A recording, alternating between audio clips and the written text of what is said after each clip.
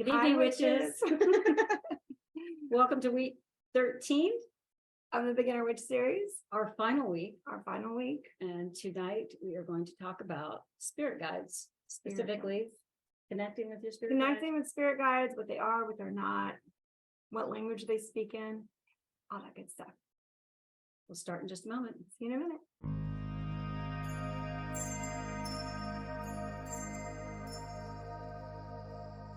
Good evening, witches. Everybody's getting logged in, joined up. We're here. We're here. We're here. We're here. We're here. Nice.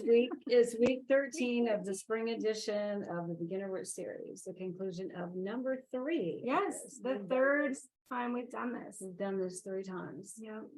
We did a spring, a fall, and now another spring. Yeah. Yeah. And those, if you ever want to go back and watch the other videos, because the evolution for us it's comical. I don't know if you guys ever see like, a YouTuber, not that we are YouTubers, but it's on YouTube. If you see somebody when they like just start their game going and then like 2 years later, like, oh, I can see the progression and, editing, titles, just everything that goes into it. I don't learn a lot. You're supposed to watch them so that you can get better, but I don't really want to. I have, especially the early ones, because I know I was very intimidated, I think, by the whole thing.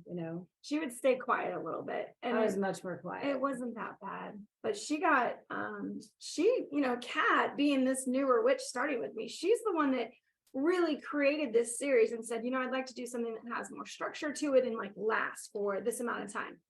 And so she put together this whole little idea and all of the courses or lessons.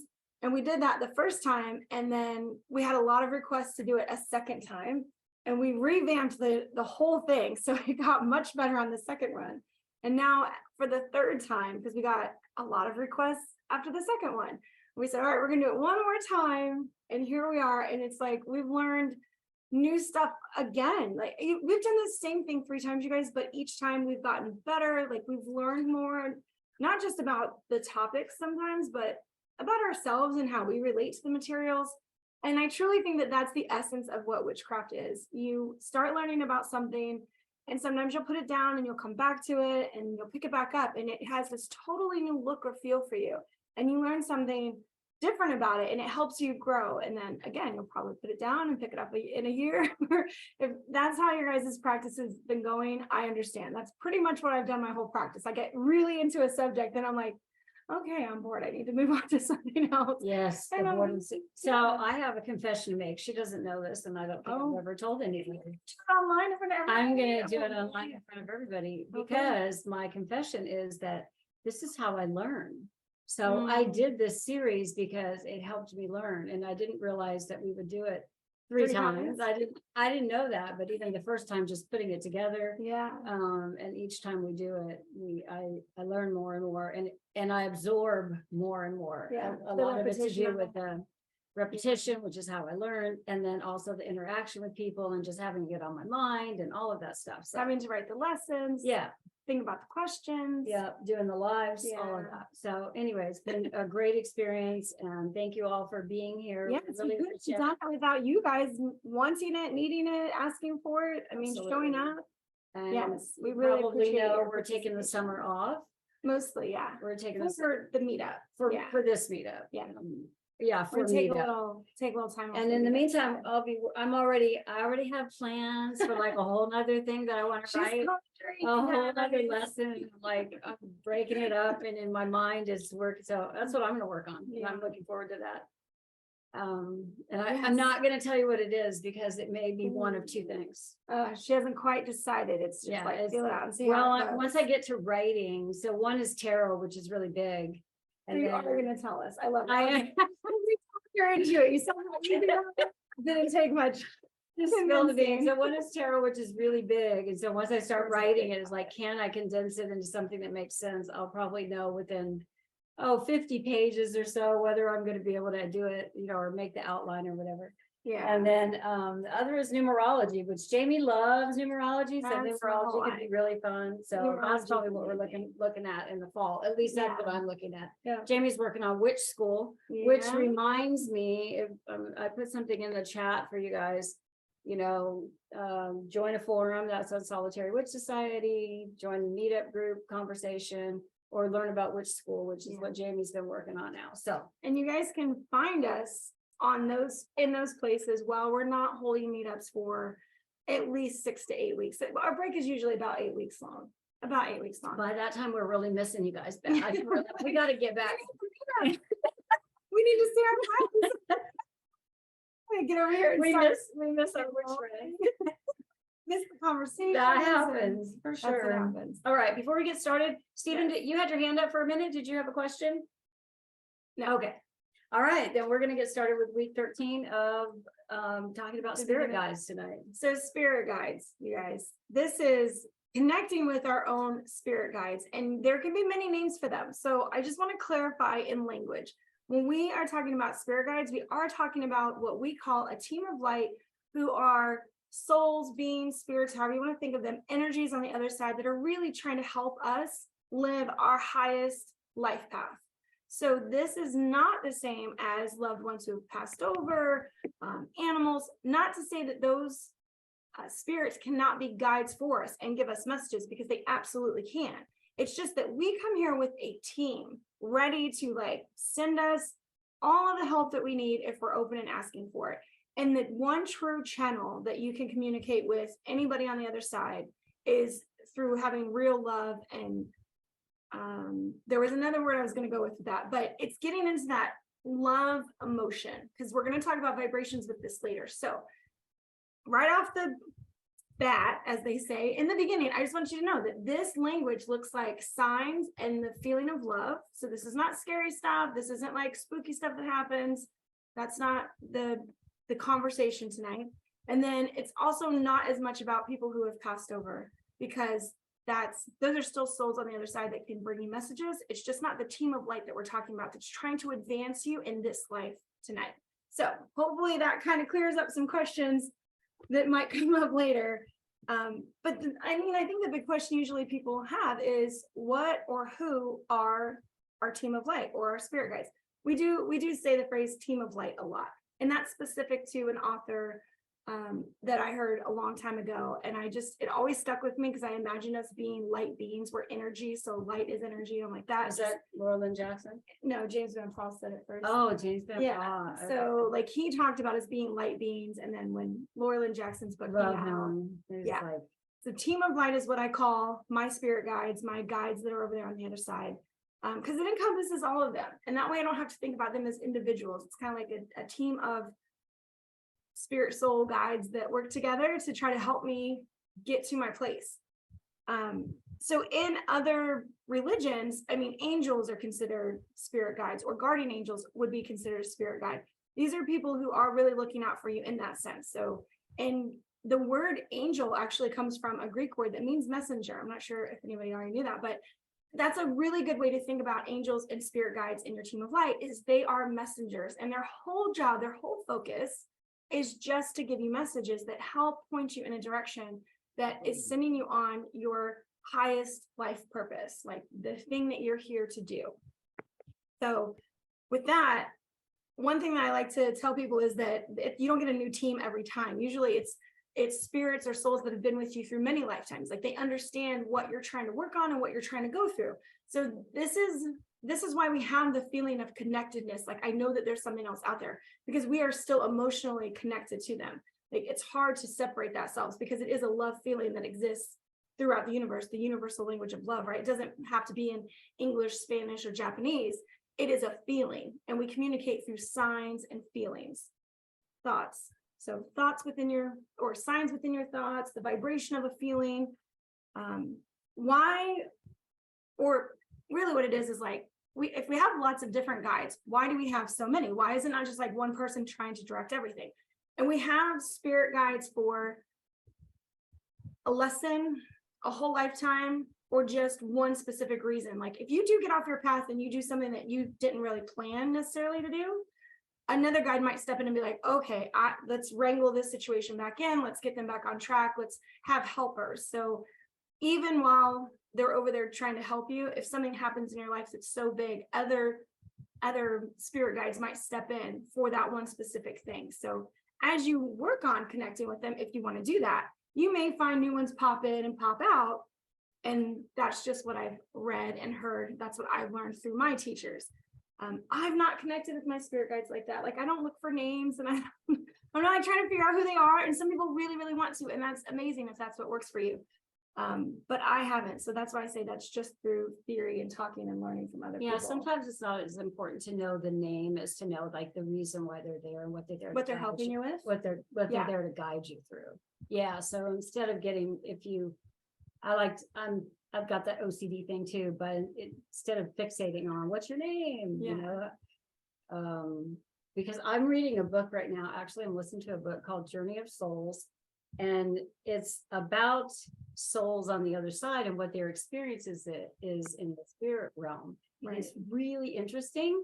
And one of the things that just came up in one of the case studies was that on the other side, the spirits call each other earth names that are kind of they kind of represent their essence. So the lady that this came up in this case study, and the case studies are hypnosis that this doctor goes through. Yeah. Anyway, her name was Thistle. Oh. And he's like, is that because you know, thistle's like a pokey hard thing. And she said, yeah, because I'm really, she used a word to describe it, and it was like thistle-like. And then another one was, I don't remember. Anyway, pretty fascinating book. It's called Journey of Souls. You can find it on Amazon. Yeah, I'm loving it. It's a good book. I've only read a couple chapters of it, and then I got distracted. So in case you don't know much about that other side stuff, you know, in case you haven't explored that much, I think it's good to read about it too. Yes. Well, and this just all helps with like the signs part of it. So whether or not you want to hear from or feel like you have a connection to the other side because of the loved ones over there that you knew in this lifetime, connecting with ancestors. I've definitely done that. I've tried to connect with past generations, like far, far into the past. And then just the spirits that are over there trying to help us and figure things out. So whichever thing that you're looking for, the easy thing is that the language is always the same. You just ask them for a sign. You tell them specifically, like, okay, if you're this person, I'm looking for, you know, an aardvark, because that is something you're not going to see every day. If you say, show me a black dog, you might not be convinced because your human brain's going, okay, well, let's look at how random that could actually be and like how easy I could stumble upon that. So when you pick a sign, you try to pick something that is very unusual, that you're like, could anybody draw an aardvark right now? Or an anteater? I mean, I could probably draw one of those a little easier, but you pick something to give yourself the satisfaction of, okay, I definitely know that this was not a random occurrence, you know. In one of the books that we're going to suggest, she also says to combine two things, like an Eiffel Tower and a giraffe. You have to really be somewhere specific to see those two things together, because is that Laura Lynne Jackson? Oh, and the sign was oranges. Somebody was going to this place about the oranges, and when she went to some conference or something, there were oranges everywhere. They were used as decorations. They were used as centerpieces. They were everywhere. It was a pretty amazing story. So as witches, as new spiritual people, as we get started in our journey, we can start recording these coincidences, or better named, help me find the word. Encounters? No, damn it. What is the word? We'll come back to that. I don't know what you're thinking of. Oh my gosh. Okay, so a coincidence is like the thing that synthesists call it, right? But we call it where it's like on the same level. Synchronicity. See, she reads my mind. See how she did that? I know if I explained it enough, she'd get it. She can always get it. This is Miss Webster right here. She always knows. Yes, the synchronicities of life. Something that just happened to me the other day, and I thought, I'm going to start writing these little things down. When I'm journaling, I often have music playing in the background. And if this happens to you guys, let me know. Where you're thinking something or you're about to write it, and then somewhere else, somebody says it also. Like I was starting to write something, and then this word that I was about to write, the song actually said it. And I'm like, oh, that felt really weird. It was like that, the energy was like lined up to where those two things were happening at the same time. And I just love those synchronicities, the way that it comes out of nowhere and makes you feel like there's definitely some hidden secret things that we can tap into and figure out. And if the we're paying other thing, attention. how about this? This happens to me all the time. I will read or see or hear a word that I don't know. So I'll look it up. And then a short time later, it'll be used somewhere else. I'm like, that's not possible. Or the last one, I was like, all right, universe, I know you're trying to tell me something. I don't know what it is. You just got But to journal about it. but I'm definitely getting the message. So I'm like, what the message is? I don't know. I probably need to reflect on that. With one of my spiritual teachers, they talk about how sometimes the signs are just there for you to start acknowledging that you believe you're getting signs. If you believe it, then they're like, okay, they're tapped into that. Let's go to level 2. Now let's start giving them signs that might mean something. Okay, let's show them a repeating sign in a dream, at your job, on a drive or something. So then you'll just start getting like more and more of these instances happening. But there is a key to this. You have to acknowledge it. If you don't ever acknowledge it, they don't know that you're seeing it. They don't know that you're getting it. And it's like, okay, well, they're not being really receptive. Just like when you're working with energy and your energy is super low because you're sad or depressed or like anxious, that's a blockage to let things come to you. You know, being open. And when they say open, it really just means like accepting and saying the universe is going to offer me all kinds of gifts. I just have to open up to see them, and letting go of kind of the distressing feelings that keep us in a lower energy state. I skipped all around. I did not follow the lesson like usual. We're going to talk about why we started already talking about it, but why we should care about spirit guides. Like, why do you think it's a big thing within witchcraft? This is why we hold it to the last class, because this is more metaphorical or more metaphysical than you can really get. Everything else we can explain through correspondences and things and actions and our thoughts. But this is like connecting to something that you have to have a belief in, of another side, of an afterlife, of that we carry on after we die. So why do you think it's important that we talk about, well, I can only, spirit guides or souls on the I other mean, I side? can only give you my perspective on it. That's and all that, I want. and that is that for me, this the idea of this and the belief in this is my faith that on the other side, that there's more after this life, and that what I believe about, I've been here before, I'm here to learn the lesson, and I'm going to be here again. Then if I can believe in those spirit guides that are here to help me learn those lessons, and if I believe in, it's a whole thing, it's a whole like belief system around it. Like, you believe in there's reincarnation, you're coming back, you've been here before, you have past lives, you have soul groups, you have spirit guides. To me, it's all tied together, and it's tied to my belief of what's going to happen to me after I die. Just like a religion. So just like people who are religious, I was raised Catholic. I think I've said this before about too many times. And we believe that you're going to hell or you're going to heaven, and you're going to sit before a God of judgment at the end of your life and hear all the bad things that you did, and then get pointed one direction or the other. That's the image that I had growing up. I'd rather believe this. Yeah. That's where I'm This at. is so much more pleasant. Yeah. When I think about what's going to happen, I'm like, I'm getting older, so I'm going to turn 65 this year. So my time here is almost done. And my kids aren't going to be okay with it, at least for a minute. But. No, I mean, I will definitely, but it's just that, so it's a whole belief system for me. Yes. So that's why I think it's important. It's part of that. It's not really a structure. I guess it's a belief system. That's my perspective.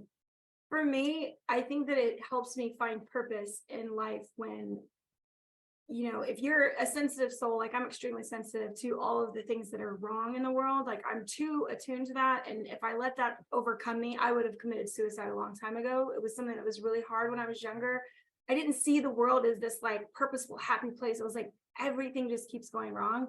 And I had to find this. I had to find my team of light. I had to find my own intuition and become the witch that I am now in order to survive and see that all this bad stuff out there, there is a purpose to it, because we're constantly evolving as a species on Earth, but also as souls that leave here and can come back. And that everything that's truly done here, though it has effects on our souls 1000%, it's not forever. And it's not like, that's not everlasting. Death is not everlasting. You're not just in this place, being buried in the ground. That's not the end of anything. That's a ritual that we do here to feel okay about death and honor the body that the soul is in. So I had to start uncovering those things for myself, and finding my team of light was what really, really, really saved me.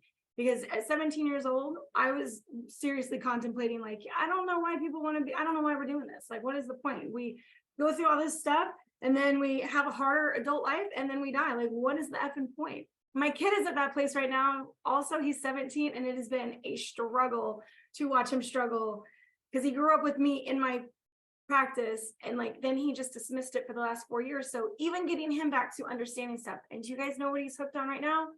Numerology. He's starting to see the science behind numbers and names and how things connect, and it is intriguing the hell out of him. And I'm so happy that there's something, because right now he's like, spirits, reincarnation, really? Like, you think that's it? But he's totally hooked on the numerology and math of it all. I was like, whatever it takes, that's dude. it. Like, I can tell we need to have more conversations, him and I. we just have to keep talking to him, my son specifically, about it, because you can become so despaired and not understand your life purpose. Like, what are you really here for? We don't get that book or that blueprint when we're born. Nobody's like, oh, when you grow up, you're going to have, here's all the things that you're going to do that's going to make the world a better place. Here's all the lives that you are going to make more shiny and bright and beautiful and loving. We don't get told that. Like, there's no. And then we have absolutes. our little personalities and our astrological signs and our rising. And he's a Scorpio, and we have a tendency to go to the dark side. My own son goes Scorpio. Yeah. So we have a tendency to go there, to the depths. So we were talking, the whole way that this conversation started was, what do we think the purpose of talking about it is, and why is it really important? And I think for me, it helps give us purpose while we're here on this path, like something good and wonderful to look forward to. Not saying that we earn our way into a special place when we pass over, but that we do it here and we can feel good about it when we do pass over. It's like, you can live the best life that you want to, like in the most authentic way, with not hurting other people, not hurting yourself. And then when you pass on, it's like, okay, I feel really good about the life that I lived. I had to flip that switch for myself using it. And for Kat, it's like, I need to know I'm going to be okay once I cross over. I need to know there's more. Like, this can't be the end of it. And I get both of those things. So for whatever reason that you might want to connect with your spirit guides or start accepting signs, writing them down, looking into it, it can really help you understand your purpose here, what you're really working towards, and what do you want to accomplish by, the end of your physical life, and how that moves on into your spiritual life, because you're not going to forget all this. It's still going to be there with you, so that's kind of a way to hold you accountable. Maybe it's like, yeah, upon a possible life review, you get to see all the things that you did to other people and how you made them feel. So your reflection back is like how each person in your life felt about the way that they were treated by you. You don't get to replay all of your great happy times. Like, no, you already have that with you. That wouldn't do a lot of good. It's more of a reflection of like, how did the people in your life feel with the way that you treated them? How did each job, person, child, parent, grandparent, whatever it is, that's what gets reflected back in feelings. Okay, I talked a lot. Now I need all right. I made my throat dry. So where are we with this? I don't know what we've already said that Earth is a classroom. It's something that we've mentioned within the series, but it's good to mention it here again. Our belief is that as spirits, we incarnate here because Earth is this physical classroom where we can go through the disparities and the hardships so that we can elevate ourselves in understanding and love and togetherness, in ending all of the things that I think our society right now is really working on, for equality, and not being so individually defined that people could be abused from that, or neglected or outcasted for their differences. And I think that it's really taken a turn just in the last 10 years, at least from my point of view, that we need to be more accepting and just let live, whatever, besides maybe two things, which I won't talk about, but in general, most people just want to lead happy lives where they love somebody, and just let that happen. And why do other people need to feel like they need to step in and control that and say what's right and what's wrong with, who loves who? But as we move forward through the classroom, we're exposed to things, we expose others to things, we each have a part, and there's this whole interconnectedness of it, that you affect so many people that you probably don't even realize it, that you've left an impression on them, be it good, bad, or indifferent. You were crossing in their path at some point, and they may still think about that moment, for however long you guys shared it for. Being in line with somebody and just trying to be super nice to them because they look like they're having a terrible day, I still think about those people and wonder, like, did they end up smiling and going home in a better mood after that, from a positive interaction out in the world with a stranger? So that's part of the classroom here on earth, is like, what can we do with it? Instead of trying to figure out this whole other game of like survive, get things, show status, whatever it is, kind of the American dream sort of thing. It's what can we do to grow in an evolutionary sense for our souls? How high can we get that purpose? How much can we let go of all of the BS and drama and really just live our purpose and try to support others living theirs? So that was the classroom part. I'm way down here, sorry. Yeah. We I've been getting like classroom lessons lately. I feel like a lot of them, like, the universe is just throwing them in my face, and I'm like, okay. and sometimes you're like, I don't want to. I don't want to. this. I don't Yeah. want to deal with it sometimes, but it keeps coming up, and I keep thinking about it, and I know those thoughts are planted there by, Your team of light. my team of light. Yeah. The universe. They want you to get better. They want to find a way for you to get better. They want to put things in your path Yeah. that help you learn the lessons that you chose to come here to learn. That feels Yes, like when because we don't want to come back if we don't learn the you just lessons. repeat the lesson. We don't want to have to come back and repeat the same lessons. So that's really the goal of elevating ourselves to that highest level of kindness and acceptance and Love, like love. the energy of the universe is love. Like it's creative, it's not destructive. And it's hard. We're human. So, it's tough. We were stuck in these bodies that are like, Well, yeah. not everybody. We have to deal with a lot of different kinds of people. So it can be really hard, but it's also something to challenge yourself with. I Well, guess. that's why we have them there, right? So I want to talk about roadblocks really quick, because if you've ever been on a venture, whether it's a job, a relationship, family stuff, and it's really hard and you're literally making no progress and it's just defeating the shit out of you. These are big roadblocks that are trying to tell you to go a different direction.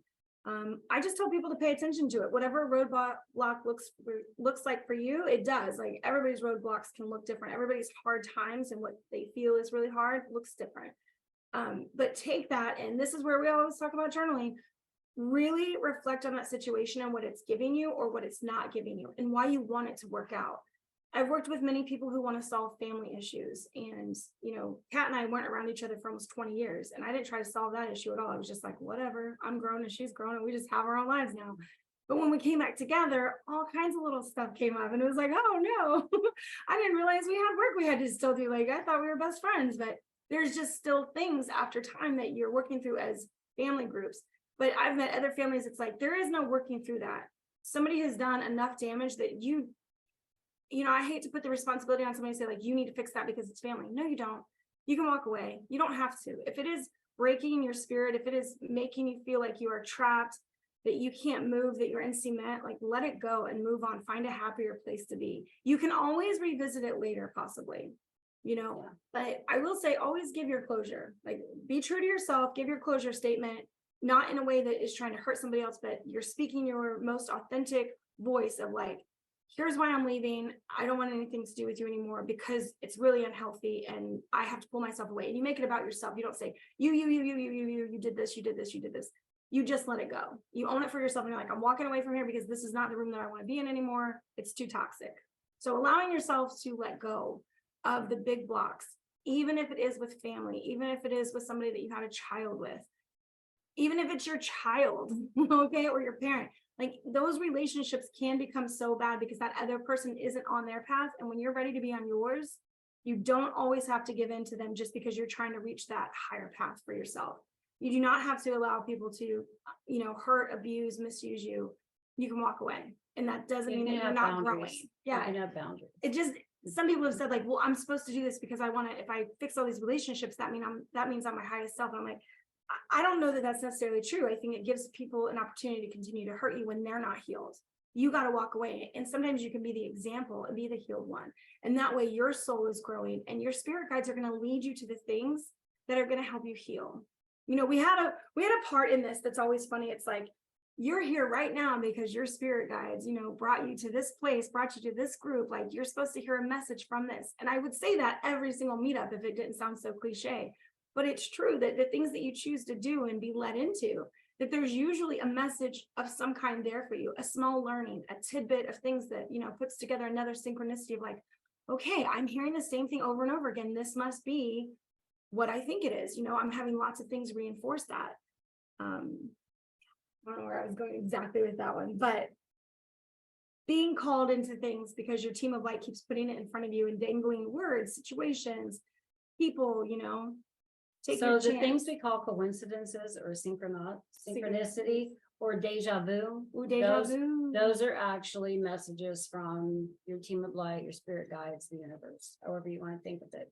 The Yeah. other side, the ones on the other side who are trying to communicate with you and help you in your journey here. Yeah. So it starts with acknowledgement. Here's a really easy breakdown. It starts with you acknowledging signs or synchronicities and going like, I think there's something more to this. Numbers are always a big thing. I'm like, why do I always see 22 everywhere? Why do I see 33 or something? There can be numbers that people will notice first because our brains are just wired to do that, or recognize faces and things, or see repeating patterns. Like our physical brains are wired to do that. So then our spiritual brains go, I think there's something to that. What could that mean? And the moment that you start questioning the meaning of it, like, what is that supposed to be telling me? You are now trying to intuit or interpret that sign from the universe or your team of light, spirit guides, a loved one. And they're trying to get you to see something. So it goes from acknowledging it to following it. So sometimes, I think I've said this story before, but if I see a car with the 77 and the license plate, I always slow down. I'm like, ooh, that's always a warning sign for me. And I traveled on the roads a lot and I've always used it. And it's always worked out in my favor. Like, I'm up on an accident that, if I had been going 15 over the speed limit, because I'm trying to, make it in 8 hours somewhere, I could have been 5 miles ahead and been in that same accident. So I always look at it like that. There's little things that you can pay attention to and then interpret what the signs mean for you. Am I talking a lot? Because You're fine. You're fine. I get excited about this stuff though. So it's acknowledging it, following it, and then having feelings about it. This is where the journaling can really help, because sometimes you'll get the same repeated signs for a while, then it'll disappear and you'll forget. And you're like, what did that mean to me? What did I initially think that was going to be about? And when you follow the sign and you start thinking about it, more stuff will come to you. I often tell people, if they want to know what a sign means, sit with yourself when you're really calm and open and being like, okay, universe, like, feel like your entire heart just opens up and you're like, I'm ready to receive this message, whatever it is.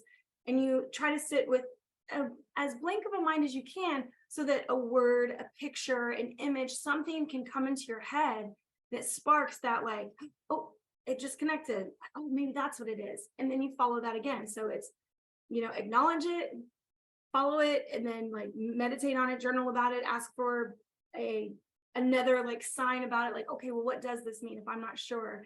And if they realize that they're not coming across, they're not getting it across, they might switch it up completely, and like then you'll have dreams about something else that feels related, but you're like, wait, what are we doing here?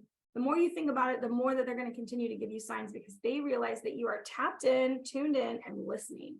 So that's like the best thing that you can do for starting your conversation with your team of light or people who have crossed over. It works the same for them too.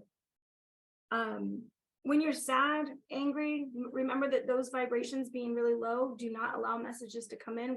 We're too human at that point. We're too much in our human feelings, and we're at a low vibration that we can't see or acknowledge a lot of things. And I think this also applies when you're like, even if you're not, what did you say, sad or angry were the two emotions you described? Yeah, like sad, angry, depressed, Okay, anxious. so I'm going to throw out something else. How you're constantly thinking it, worry. That's the one I was going to throw out. Worry, like, because I've found my mind is like this, yeah, like, and I'm constantly thinking. So you do need to try to clear your head, listen to some soft music, light a nice smelling candle, go for a walk, meditate, whatever. Sage, grounding, just to have get in water, to be able to release that and just kind of let your mind be open to messages. It takes relaxation. You have to get to like a nice calm place within yourself so that you can open up. And that's where meditation as a practice really is helpful, that you can allow a thought to come into your head and be like, okay, I'll deal with that later. Still opening myself up to the universe. When I first started meditating, I used to imagine that I like jetted off the earth into big open space where there was nothing. And eventually I got away from like all stars, all planets, suns, all the light was just gone. And I'm sort of like feeling weightless in a big empty black space. And I waited for colors or pictures or words to kind of come into my periphery of this dark space that I was in, so I could just maintain that like calm or sort of serene, like you're floating weightlessly in water. Because eventually that's what meditation will start to feel like when you have nothing going on. You feel weightless, even though you're like laying on your bed or your couch or in a chair, and you just start to feel really weightless. And stuff starts to flow to you in that same manner. That's been my experience with it. Have you meditated in that fashion before? Where you got to like that weightlessness? I had like colors like you, and I was like, what was that? Right. I was like, oh my God. It was like looking into the really far depths of the universe or other galaxies where there might be other colors or something. I don't know what it meant because it sort of frightened me. And I came like I came out of it because I was like, oh my God, what was that? We each have our own little way that we tap into things and what happens. I'm not an experienced meditator. No. And I would like to do it, but it's like you really have to put in the time, like dedicate the time. You do. And the space and stuff, and figure out how you're going to keep your dog quiet and not be distracted. Distractions. I've got some really good earplugs, and I've even got a weighted eye mask so that I can't do too much eye fluttering while I'm like preparing. That's the other thing. You gotta have your eyes closed. I do anyway. I do too. Okay, so what's next? Okay, we are down. So we've talked about the signs are the easiest way for you to connect with your guides or your loved ones. But choosing things that are rare and unique, try to come up with something. There's also with your family members, this is just a little tip from our family to yours. We've discussed signs if we pass over that we know that that's the person coming into, you forgot yours. Write it down. We gotta journal it because we'll forget. I'm like, wait, what's the sign? Well, we're not going to talk about it now. It's like, make sure you know what the sign is. Write it down somewhere. Well, like I said, for the last 4 years, my son has had a really hard time and has talked about suicide a lot, and we've been through counseling and all of that. Well, I made sure that I made a sign with him. I told him he wouldn't read the books that I wanted him to. So I was like, okay, well, at least get this out of it. Like, if you cross over, I need to tell you a sign that you need to show me. So when you get there, and he's all like, that's not real, Mom. I'm like, I don't care. Say it anyways. We're going to do this right now. You're going to know, you're going to remember this moment.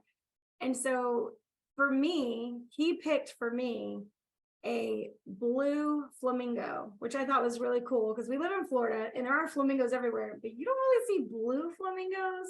And he was, I guess he was probably 15 when he picked that one. So that's something else that you can do, is to pick signs before you guys even cross over, because sometimes we die quickly, tragically, fast. Like there's not answers. There's just, you're left like very quickly. If you have a long time to deal with the passing, you can create signs using that or talk about it.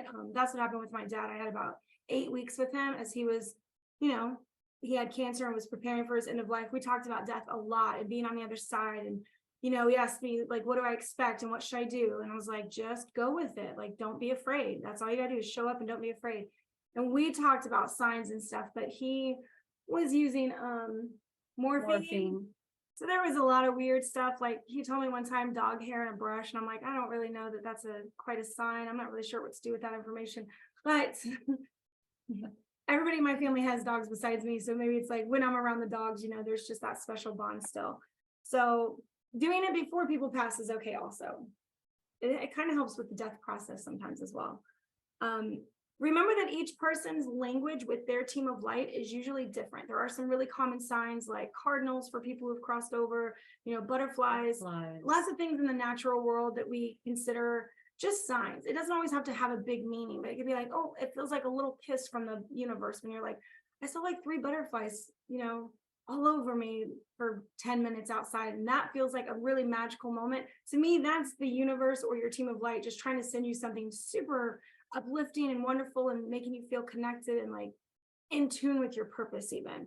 So I always consider the really good coincidences as like a little message from my team of light. Even if it's not supposed to guide me in a direction, it still feels like a really good sign saying, hey, we're still here for you. Like, here's some good things. Here's a wild animal that just wants to stand in front of you while you take 100 pictures of it. It's just going to stand there. You're never going to scare it off. just little things like that mean a lot to me. And I consider that something that is from my team of light because they know how much I love animals. What do you think would be something that your team of light would do for you? Oh, I think it would definitely be something nature, animal, butterflies, yeah. like something flying because Something it's flying. free and, you know, it's like here and it flutters or it lands or whatever. And then it like looks at you if it's a bird or something. Yeah. And then it's gone and then it comes back. Or it's And you're like, you know, what's going on? When crows like yell at me from the tops of the telephone poles, I think they're trying to get my attention. They have a message for me and I'm like, what? Yes, what? I feel like that's a thing. So I didn't even tell you the other day we were in our backyard, it must have been Saturday.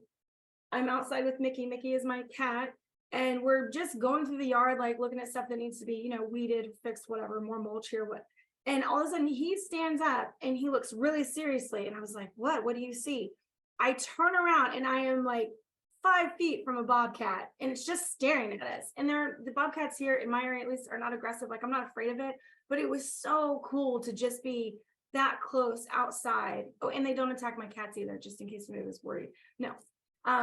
But I've watched the bobcats in my area have 2 sets of kittens. You know, the male comes in and like him and the female, they've been in my yard for like 30 minutes doing their little mating thing. It's wild. I've had such good luck with seeing the bobcats, and my cats have been sitting right next to them and they're just staring at each other. Like they're like, what are you? So you're domesticated, huh? Like, are you live in the house? Like, what do you eat in there? I swear they're having a conversation. They just sit and stare at each other. But that just happened for me on Saturday. And I'm like, I'm so glad to see them still, because for me, it's like we haven't totally taken over the world with concrete if the animals are still finding their way through the neighborhoods. So yeah, I didn't used to tell you that. And it just thinking of the animal thing, it's amazing for me. you didn't have your camera. No, I didn't try to pull. I just just stayed in the moment. I didn't even try to pull it out or anything. I really wanted a picture.